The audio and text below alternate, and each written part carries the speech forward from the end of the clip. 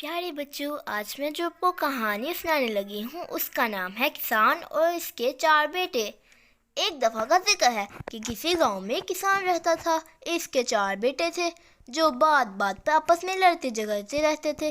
کسان ان کے روز روز کے لڑائی جھگڑوں سے بہت تنگ تھا۔ وہ شدید بیمار ہو گیا اور اسے اپنے بچنے کی کوئی امید نہ رہی۔ تو ایک دن لیٹے لیٹے کسان کو اپنے بیٹوں کو سمجھانے کا ایک طریقہ سوجھا۔ اس نے اپنے بیٹوں سے لکڑیاں منگوائیں اور سب کو اکٹھا کر کے باندھ دیا۔ پھر سب کو لکڑیاں توڑنے کا کہا۔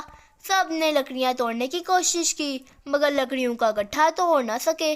کسان نے پھر انہیں لکڑیوں کو الگ الگ کر کے توڑنے کا کہا تو سب لکڑیاں آسانی سے ٹوٹ گئی۔ کسان اپنے بیٹوں کو نصیحت کرتے ہوئے کہا کہ گٹھے کی طرح ایک رہو گے تو کوئی تمہیں نقصان نہیں پہنچا سکے گا۔ اگر تم الگ الگ ہو گئے تو کمزور پڑ جاؤ گے اور جو چاہے گا تمہیں برباد کر دے گا۔